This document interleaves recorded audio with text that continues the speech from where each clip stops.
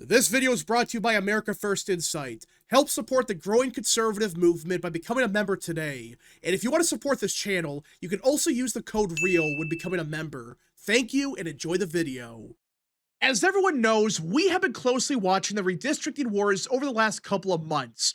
And a couple weeks ago, a lot of people, including people on the right, really thought that the Republican Party failed miserably on this front. A lot of people thought it was over. Republicans lost the redistricting wars, especially after what happened in California, Utah, and especially Virginia.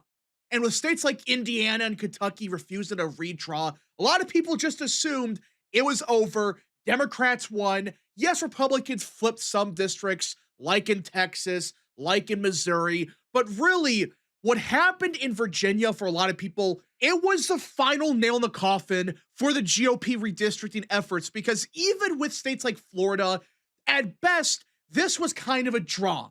Where, yeah, Republicans gained some extra seats, but Democrats were able to counteract all of that. So really, the main strategy for the GOP going into 2026 failed. Well, that's what it was a couple weeks ago. Now, look at this headline right here from Axios. House Democrats despondent over sickening Virginia decision. Yeah, as you could probably guess, the vibes in both parties has completely reversed. Just a week ago, everyone was saying it's all over for the GOP. They have no pathway to the House, all of that. And Democrats, they're going to get a historical majority. To now, there is a serious chance that Republicans could not only keep the House later this year, they could actually expand their majority. Imagine saying that just a week ago. That's how much the vibes have shifted in just 1 week. 1 week. We went from Democrats, it's a foregone conclusion, to, oh, wait a minute.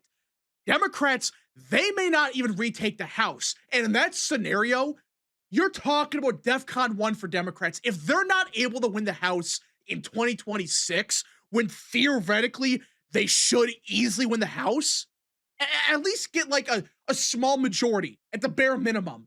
If they can't even win a House majority this year, they're in a lot of shit for 2028 and beyond. And I want to be clear, I am not saying that's an official prediction that Democrats are going to lose 2026. I still think right now they're the favorites.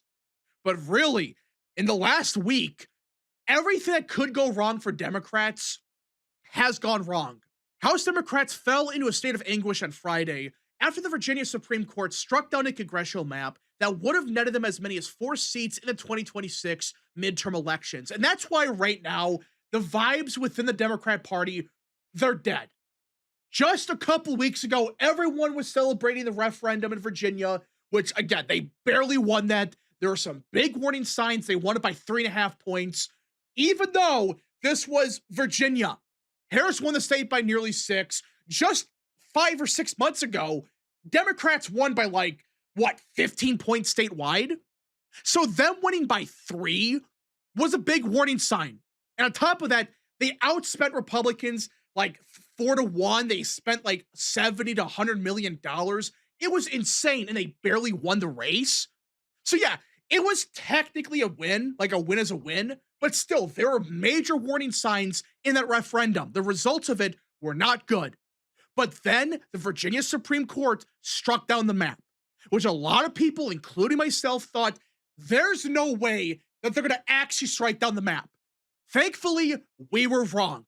And that's because no matter how Democrats try to spin this, you can tell just looking at the law and comparing to what Democrats did to get the referendum even on the ballot, they broke nearly every single law to get it on the ballot. It was illegally conducted. It should have never even happened. And that's ignoring the god-awful wording of the referendum. If it was worded fairly, this referendum would have failed either way. But instead, they talked about ensuring fairness and all this other nonsense. And it still barely won. And the Virginia Supreme Court, they struck it down because they realized Democrats, they broke the law. By all accounts, they broke the law to get the referendum on the ballot. The decision is a huge boost for Republican chances of keeping the House in November, with even some Democrats acknowledging They basically need to run the table in November to win now. Does that sound like a sign of confidence? That they're now admitting to Axios and other outlets that, hey, we have to run the table just to get a majority, let alone a big one, which basically means Democrats have to win everything, every race, or if not like 95% of them or whatever, just to even retake the House. Republicans, meanwhile, they just win a couple and they retain their House majority, if not expand it. Which, by the way, even before this decision by the Virginia Supreme Court, I was already saying this, that, hey, Democrats basically have to win everything just to even retake the majority. And I should be clear about this. This is not an official prediction, but even before this decision by the Virginia Supreme Court, Republicans, when you factored redistricting in Tennessee, Louisiana, and Alabama, and not even best case scenario, we're just assuming Republicans draw out only one in Alabama and one in Louisiana, Republicans were roughly at 209 in the House. Democrats, with Virginia, they were at 200. So already, Republicans have to win, what, 9 seats to keep the House majority? Democrats, they have to win 18. So already, Democrats have a major problem. But now, with the Virginia map being thrown out and going back to what it was, Democrats were expected to gain 4 out of Virginia. Now, there's a good chance they gain nothing out of Virginia. Look at that. You go from Republicans needing roughly 9 to keep the House to just 6. While Democrats now, they have to win 22 seats to even get a majority. And even if they win everything, they get a very small majority in the House. They don't get this historical majority like some people are pushing. That's why this decision in Virginia, it kind of broke Democrats. And when you factor in Louisiana v. Calais, which again, states like Alabama and Louisiana and South Carolina, if they go all out, well, look at this. Republicans could theoretically be at 215, while Democrats are at 193, meaning the Republicans, they have to win 3 seats in this scenario. Again, not an official prediction. While Democrats have to win 25. And even if they win everything, they would be at what, 220? That is an insignificant majority that won't last. If this is supposed to be this historical blue wave and you get the 220, that's not good for you. That is a disaster for Democrats. That's the problem here. And that's what Democrats are realizing. They were banking on Virginia's map staying in effect. They didn't really expect it to be thrown out. But now it is. And if Louisiana, Alabama, and South Carolina go all out in redistricting, guess what? Republicans theoretically would only need to win 3 toss-ups to keep the House. And in this scenario, there's a good chance they expand their majority.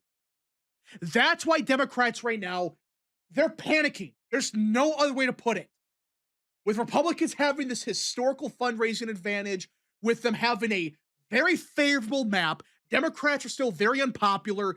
They're struggling to this day. Now becomes more apparent why Republicans, despite everything, are still in a decent, if not a good position to actually keep the House. Again, not an official prediction. I'm not saying that's a foregone conclusion. They're going to keep the House for sure. But the more you look at this, the worse it gets for Dems. They were banking on Virginia and California, canceling out Texas and Florida. And yeah, they would lose a couple in Tennessee and Louisiana and Alabama or whatever. But now that you lose Virginia, Democrats could actually lose the House. I can't believe I'm saying that, but look at the map. Republicans have to win 3 seats. Democrats have to win 25. And we're not really saying anything radical. Again, with Alabama and Louisiana and South Carolina, that's to be determined. I get that. But even without those 3 seats, let's just say Democrats, they keep those 3 extra seats. Even in that scenario, with Virginia being thrown out, well, Republicans only need 6 seats to win. And that's why Democrats right now, they have no clue what to do. And like they admit here, California and Virginia were supposed to be our bigger ones. One House Democrat said in a phone interview after the ruling was released, this means we got to make sure we have a good wave to win the House. We have to make sure we win a lot of these toss-ups, the lawmaker said. Democrats now have to pitch a perfect game. Another House Democrat offered a one-word reaction in a text message to Axios. Fuck. Man, that is a sign of confidence, everybody. It's as if they realized we are in deep shit now. They needed Virginia's map badly, and they admit to Axios they're screwed. They need a perfect game now. And I would argue that this defeat in Virginia is going to have far bigger ramifications down the line. Like, yeah, it's bad enough the Democrats lost the Supreme Court decision. They lost 4 seats that should be going their way. That's bad enough. But when you factor in the added context of, hey, Democrats right now, they're broke. Their party's bankrupt. Their fundraising sucks. And they spent up to $100 million on this race. And Republicans, even though Republicans have a historical war chest, they're outraising Democrats on all fronts, they spent next to nothing here. Despite that, they barely lost, which is insane. But either way, Democrats spent all this money. They don't have any money to spend. They basically spent all the money they had saved up on this one referendum, and it went nowhere. Come September and October, they may regret that decision because they're running out of money already. They're claiming they're going to be spending like $1 billion. We went over this. They don't got the money. They simply don't have enough money to do what they claim they're going to do. They just don't. And now they're starting to admit that slowly that, hey, our fundraising sucks. We can't raise any money. But meanwhile, yeah, let's just drop over money that we have on hand into this one referendum. Yeah, that worked well. Yeah, you barely won the referendum, but not only did you lose the Supreme Court, that money's gone forever. Yeah, you gotta raise it again. I get that. But seriously, how much of the money could be spent in competitive House races come November? Makes you really wonder if they're gonna regret this come November. Another thing, all you successfully did with this referendum is piss off the entirety of Virginia. Outside of Nova, everyone hates your guts now. You wasted Spanberger's political capital on this nonsense. I really believe they're going to regret this for the next couple of years. I'm not saying Virginia's going to go red or whatever, but they made every wrong decision. It blew up in their face. All you did was piss off not just the entirety of the state, but you could argue nearly every Republican in the Deep South. States like Tennessee and Alabama and Louisiana, they may get rid of all their Democrats because you try to play this game and try to say Democrats get 10 seats, Republicans get 1, and it's an egregious gerrymander. You break every law. All you did is successfully piss off the Republican Party in the South. And now they may eliminate even more House seats than anyone expected. So, yeah, it's not a good day for Democrats. It could very well be one of the biggest political backfires we will see for a long time. If they still have fundraising issues come October, look back at this referendum and realize they wasted up to $100 million. Republicans spent nothing. Republicans now, immediately after the referendum, began to spend money. Their historical war chest, which dwarfs Democrats at all fronts. Democrats, they need to, like, I don't know what to say. Everything that could go wrong here went wrong. Spent all this money, pissed off the entirety of the South. You're going to lose a bunch of other House seats. And even this referendum, which barely passed, gets thrown out. So you wasted all this time, money, and resources, and most importantly, political capital on this one referendum, and it failed. Anyways, folks, thank you so much for watching. If you guys did enjoy, smash the like button down below, subscribe, share with your friends, and of course, join the channel today. Godspeed to all of you.